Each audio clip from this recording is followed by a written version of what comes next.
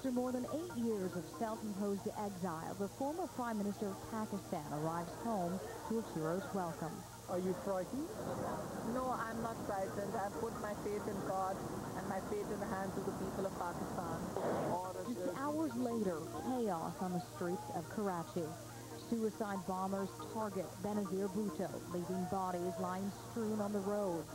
A hero's welcome turns into a deadly homecoming. This Thursday edition of News Final begins right now. Tonight on News Final. The death toll continues to climb after suicide bombings in Pakistan. High-speed horror. A convicted dangerous driver is charged with dragging a police officer and injuring an innocent family. Also ahead, just days before a crucial tax vote, Toronto's mayor faces his critics. It continues to be a very active evening south of the border with numerous tornadoes reported. I'll let you know what that means for us coming up. And are you ready for some football? The NFL puts a blitz on Toronto. From the Global Newsroom in Toronto, News Final with Carolyn McKenzie. Good evening and thanks for joining us. Well, it's a nightmare for thousands of Pakistani Canadians living in the GTA who know all too well the people, the places, and the politics of their homeland. More than 100 people have been killed, including 20 police officers, after 2 bombs were detonated in a crowd in Karachi. We get the latest from Shirley Engel. The first explosion was small, meant to lure the crowd, eager to see if their former Prime Minister Benazir Bhutto survived the assassination attempt. Then came the Big Bang, a deadly duo some are calling the worst attack in Pakistani history. Reports from the ground are gruesome. All across this floor here, horrific scenes with body parts and dead bodies still strewn all around the area. Survivors tried to help hundreds who were injured. Fire burned in the distance next to Bhutto's partially destroyed campaign bus. She escaped the attacks unharmed. It was supposed to be a joyous homecoming, Bhutto returning from an 8-year self-imposed exile in the hopes of regaining power. She was warmly welcomed by some 200,000 supporters, and despite the warnings on the way to Karachi, remained defiant. No, I'm not frightened. I've put my faith in God and my faith in the hands of the people of Pakistan. Canada's Foreign Affairs Minister immediately condemned the attack, which hit home in Toronto's Pakistani-Canadian community. Worry about my family. I'm really worried about the situation of Pakistan. My brother-in-law, he sent me an email or text messages that this big incident happened there, and we felt very sad, like it should not be happened. People here welcome a new leader in Pakistan, but worry if Bhutto is elected, her support for the U.S. and tough stance against Islamic extremists could further destabilize the country. We feel helpless. It's a young country. There's a lot of people who are whose aspirations are now on a hold. Foreign Affairs officials have not yet confirmed whether there were any Canadians among the dead or injured. That will be determined in the coming days. But people here on the streets of Toronto say whether or not Canadians were involved, an attack on Pakistan is felt by Pakistanis all over the world. Carolyn? All right. Shirley Engel in downtown Toronto tonight. Thank you. And we're learning new details tonight in the afternoon ordeal that saw an officer dragged on the road and a family's van overturned. The suspect charged with the mayhem was well known to police, convicted 158 times, some of which for dangerous driving. A family of 4 with 2 young girls are treated just moments after the van was hit by a suspected drunk driver, causing it to roll several times. I couldn't believe they got out of that truck alive. The 3- and 5-year-old girls, along with their 37-year-old mother, suffered minor injuries and were taken to hospital, as was the suspect, 52-year-old Edward Scott Nickey, a man who police say already had a lifetime driving ban because of multiple convictions of dangerous driving and failing to remain at a scene. Did it look like the driver was out of control? Oh, definitely. I don't know if it was a high-speed chase or not. I don't know. But all 6 cars were here in a flip second. A police pursuit was in effect. It began at 1:30 in the area of Bloor and Prince Edward Drive when a female officer approached the driver of a black pickup, suspecting he may be intoxicated. He took off, dragging her along with him for about 25 feet. He got onto the Gardner, exited at Islington, hopped the guardrail, and struck the family vehicle. 2 other cars were also hit along the way. One belonged to this man. It's like something out of Cops. I'm sitting in my car. This pickup screams through the intersection, smokes me. I'm thinking, oh, great, there goes my day. I look up, and the guy's taking off. He backs up into traffic, takes off down this way. Seeing what happened here, let alone at the other two scenes, I'm very surprised that no one was seriously injured or killed. Scott Mickey now faces 13 charges, ranging from dangerous driving causing bodily harm to vehicle theft. Now, the female officer that was dragged suffered a minor shoulder injury. She was treated and released from hospital. Police in Calgary are trying to figure out what caused a school bus and a gravel truck to collide. An 8-year-old girl has died from her injuries, and another child is in hospital in stable condition after the bus crashed into a truck during the morning commute. 9 other children were rushed to hospital. Police have ruled out alcohol as a factor, but say the school bus was traveling quite fast. It is time now for a first check on the forecast. And Anthony, you have quite a bit of news over there. Certainly do, and most of it now, fortunately, still coming from our neighbors to the south. This is an unusual October severe weather event with several tornado warnings still in effect. Tornadoes actually reported just recently in damage actually from homes in Napanee areas of Indiana as well. 4 confirmed tornadoes in Michigan, so that's getting awfully close to Ontario, and you can see that line. There's a severe thunderstorm watch right now for Windsor and up towards Sarnia, Chatham, Kent as well, and all of this with that line of storms that continues to plow off towards the east. Here's our severe potential. We're looking at a moderate risk for damaging winds, and yes, there may be a tornado or two, even getting closer to Detroit, Windsor through the next 3 or 4 hours. Low risk as that moves towards the east, but tomorrow, take a look at this. There could be more straight-line winds across portions of eastern Ontario. We'll have the latest on that line of storms and what, of course, the weather's going to be after it for the weekend. All that coming up in just a bit, Carolyn. All right, thanks, Anthony. New at 11 tonight, just days before a crucial vote at City Hall on his tax proposal, Mayor David Miller spent the night getting some feedback in Agent Court. Jackson Prosco followed the proceedings and joins us now. Good evening, Jackson. Well, good evening, Carolyn. At this high school tonight, a pretty familiar refrain. The mayor taking a lot of flack over these taxation proposals, and Monday's vote looks to be very close, which might explain some of the tactics taking place away from the forum tonight as the mayor tries to shore up support for these tax plans. They lined up to tell the mayor they don't want new taxes. Why do I have to pay again to drive on the streets of Toronto? But the angry voices at this public forum may do little to sway City Council as it once again debates the need for local land transfer and vehicle registration taxes. In fact, just days before another vote on the issue, the future of the city's finances is being examined by a select few. The mayor has appointed a special panel to pore over the city's books, a panel that includes the head of the Toronto Community Foundation. Hopefully we'll come up with some thoughts on how we can improve the city and that the mayor give due consideration to that. Also on board the mayor's special panel is Blake Hutchison, the president of real estate firm C.B. Richard Ellis. Also former Yorkview president Lorna Marsden, Maple Leaf sports chair Larry Tannenbaum, Auto Workers Union economist Jim Stanford, and Board of Trade member Paul Mazzara. This is an independent panel. All of these people are doing this voluntarily. How do we know that he's going to be listening to the panel's recommendations? We just don't know. It's clear that taxation battle lines remain drawn on council, although a few members remain undecided. But just a few days before the next vote on the issue, many taxpayers are left to wonder if these budget panels and consultations will really do anything to change the minds at City Hall. So this is going to have some outcome? No, it's not going to have any outcome. You already know what you're going to do.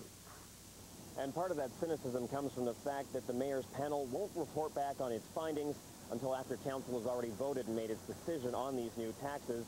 Now, there are a few councillors who remain on the fence, and the vote is expected to be very close on Monday. Councillor Chin Lee, who hosted this forum tonight, says while he remains undecided at this point, he'll probably vote no to the taxation proposal. Carolyn? All right, we look forward to Monday. Thanks, Jackson. An international arrest warrant has been issued for a teacher from British Columbia. Interpol is looking for Christopher Paul Neal. Authorities are looking for the 32-year-old in Thailand. Neal is suspected of sexually abusing young Asian boys. Investigators say the Canadian man's image appeared in 200 internet photos that showed him sexually assaulting boys as young as 6. An elderly woman is fighting for her life tonight after being stabbed, and the suspect is believed to be her son. The woman in her 70s was stabbed at a Scarborough apartment building in the McCowan Road and Eglinton Avenue area this afternoon. Charges are pending. The Conservative government has introduced a massive law and order bill. The legislation includes elements of several bills that didn't pass in the last session of Parliament, including violent gun crimes, the age of sexual consent, and dangerous offenders. The PM is asking for speedy passage of the bill, but critics say the proposal lacks any defined plan to reduce violence in the country. Syrian-born Canadian citizen Meher Arar has received an apology from Washington and millions in compensation from Canada. Arar appeared by video link on Capitol Hill asking the U.S. government to take him off the no-fly list, even though Canada has already exonerated him. The telecommunications engineer was sent to Syria, where he was tortured. So, Mr. Arar, let me personally give you what our government has not, an apology. Let me apologize to you and to the Canadian people for our government's role in this mistake. The most fundamental question that has not been answered yet is why did the U.S. government decide to send me to Syria and not to Canada? Ottawa has agreed to pay Arar more than $10 million in compensation and has issued an apology. Arar is still not allowed to enter the U.S., even though top Canadian officials have appealed the decision. She survived cancer, but an escalator left her paralyzed. Coming up, we update a story that we first told you about last year. How this woman is now fighting back, the story you'll only see here. And admit it, everyone knows someone who's made that trek to Buffalo to catch a Bills game. Well, soon, they may not have to travel very far. I'm Carolyn McKenzie. This Thursday edition of News Final continues.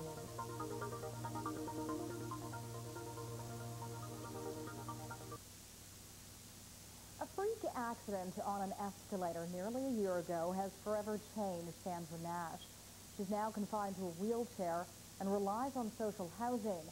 But as Catherine McDonald reports, she's determined to get back some of the life she once knew. Almost 1 year ago, Sandra Nash was commuting to work from Bowmanville when her life changed in an instant. Still scary. I still relive it, and then I start thinking, well, why didn't I take the stairs that day?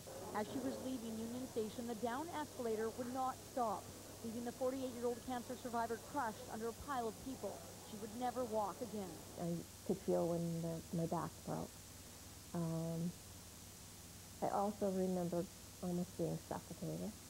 We first met Nash only weeks after the accident at St. Michael's Hospital.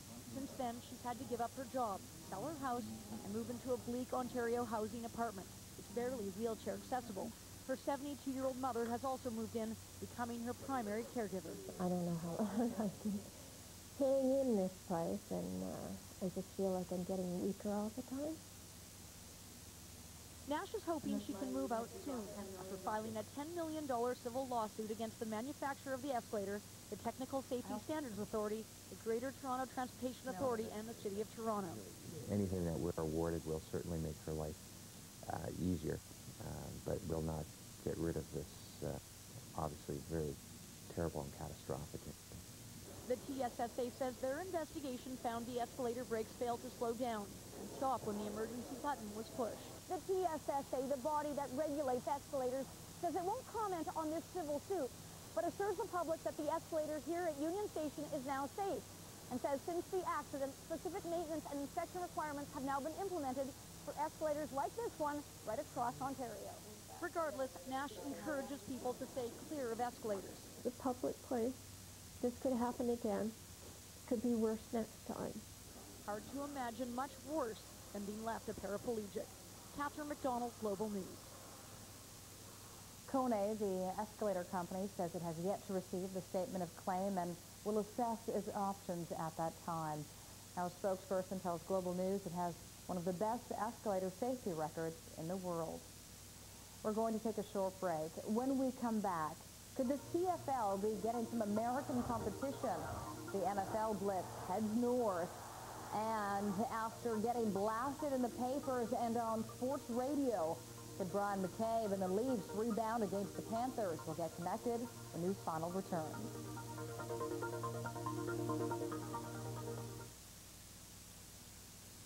Welcome back.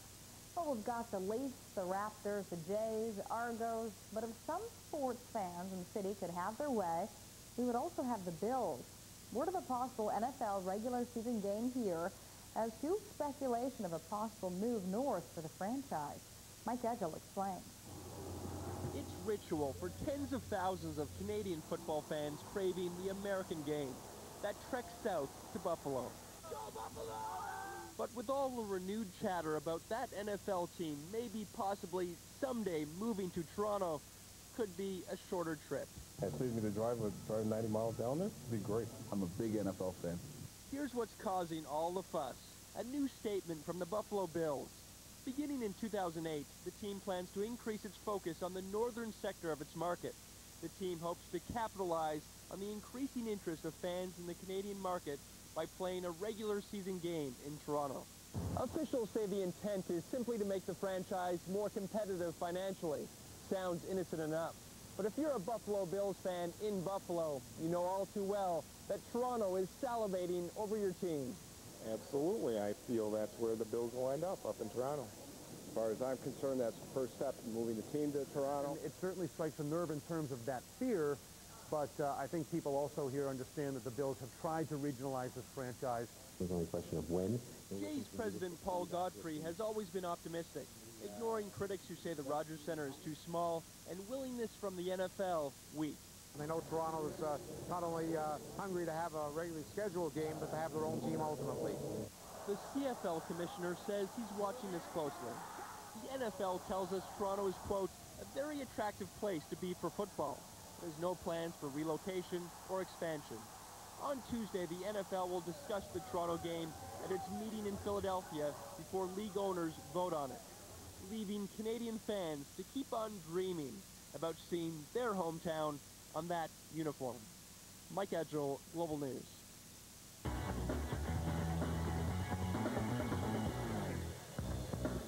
Turning now to our other great love, the Leafs. How you doing, Sean? Good, Carolyn. Yeah, the Leafs back in action today at the ACC against the Florida Panthers. And while that may seem like a good opportunity for victory, the Panthers are proud owners of 3 victories. That was one more than the Buds. It's the first of 3 in a row at home for the Leafs, followed by dates with the Hawks and Thrashers. Both of those also very winnable hockey. Here we go. Here's what happened. First period. Scored on the power play, Stephen Weiss to Rostislav Olek. Whoa. Just like that, it's 1-0 Panthers. Second period is 2-0. Leafs pressing. Matt Sundin up close. Jason Blake burying the rebound for his second of the season. Toronto's on the board. Then with a 2-man advantage, Nick Antropov 2. Brian McCabe. Oh, people cheering now, aren't they? Tied at 2.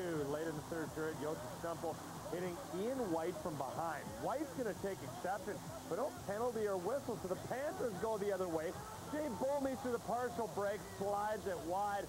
Vesa just got enough of it. Same tip. Under 30 seconds to go. Pavel Kabina stop.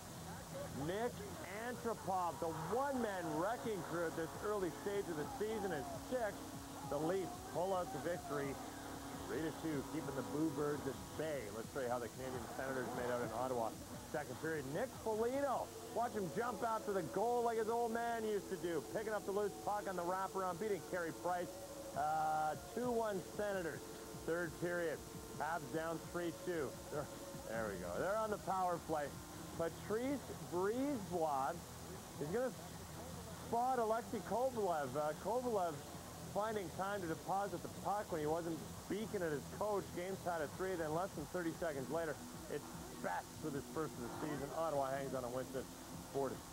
Game 5 of the ALCS, Red Sox and Indians. Indians leading the series 3 games to 1.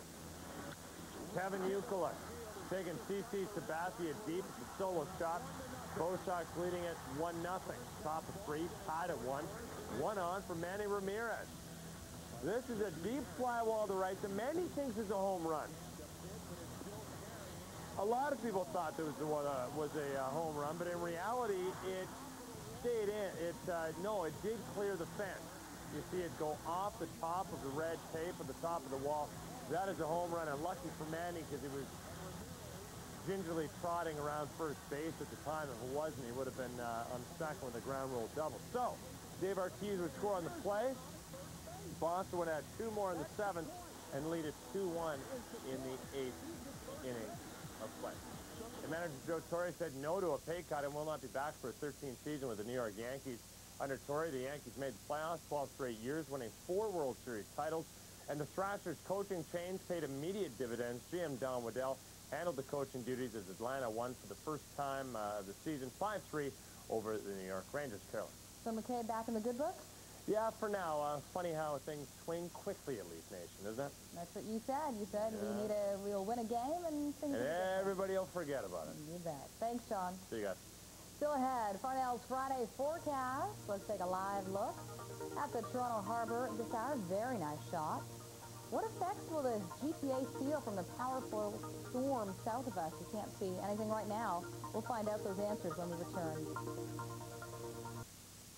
Welcome back. That harbor cam is interesting to look at because it's so lovely and calm right now here, and just knowing what is going down. Just out to the border and actually over towards Michigan. It's just an unbelievable situation. They've had tornado warnings and tornado watches pretty much from the Canadian border up there over Lake Superior and over Lake Huron all the way down towards the Gulf Coast. And that's where we bring you right now. This was a storm that really got things going early this morning at around 9:30. Pensacola, that's a tornado touching down, shown from a tower camera right here. Very dark clouds. You see the wall cloud around the rotation, and this is the ground truth. We had this touchdown in a mall, touchdown damaged a church. 4 homes were completely destroyed. Obviously, that's one of them right there, and about 80-something homes were partially damaged, and people are obviously cleaning up tonight from that. Heavy rain still going on down there. For us, we could use the rain, and we are going to be seeing some of it mostly through the morning tomorrow. 8 a.m., noon time. This is when I expect thunderstorms to possibly be at their strongest here in the GTA, and then we are going to be seeing maybe a few breaks of sun late in the day. Temperatures still very comfortable, and those winds picking up from the south over towards the southwest. Now, here's what I was talking about. Very active conditions. The latest tornado watch box now encompassing parts of Ohio back towards Kentucky. And I've just got word from neighbors to the south as well that a new watch box will be issued for areas of Michigan, including Detroit, Flint, Michigan, and then back almost including areas including southern Ontario. So we're under strict thunderstorm watch right now for Windsor and Sarnia, but wouldn't be surprised if these rotating storms move towards the area. So in the next hour or two, just keep an eye on the sky, and if you do see that threatening weather coming, take shelter. And strong jet stream, mid-level dry air, that's all the result of the ingredients that came together for this severe weather outbreak. Very warm, moist air at the surface. Meanwhile, cool air coming in on the backside, dry air as well. And there's the rotation. You see that right there. And that's the end result were those thunderstorms with tornadoes. Now, all of this is going to slowly weaken as it pushes into more stable air over Ontario. It's going to come through the GTA at pretty much the minimum of heating during the morning hours. And that's why we're not expecting too much severe weather here in Toronto. Eastern Ontario, late in the day, Ottawa, Kingston, you guys have a better chance of some damaging winds. Keep it tuned here to Global throughout the day tomorrow for the latest on the severe weather. And then Saturday, just a weak trough coming through, so some windy conditions, chance of showers, that's about it. Sunday, I've got great news. High pressure in control, and we are going to be seeing nothing but sunshine. There's your forecast tonight. Watch out, Windsor eventually up towards London before these storms weaken. Damaging winds possible tomorrow. Not bad. Looking for a high temperature of 20 degrees, but those storms also continuing. And Sunday, look at that, 22 degrees, 22 on Monday. So we're going to stay above normal at least for the next 4 days, and then back to reality. So exciting weather going on. Very exciting. Keeping you busy. Yeah. Thanks, Anthony. Good night, everyone.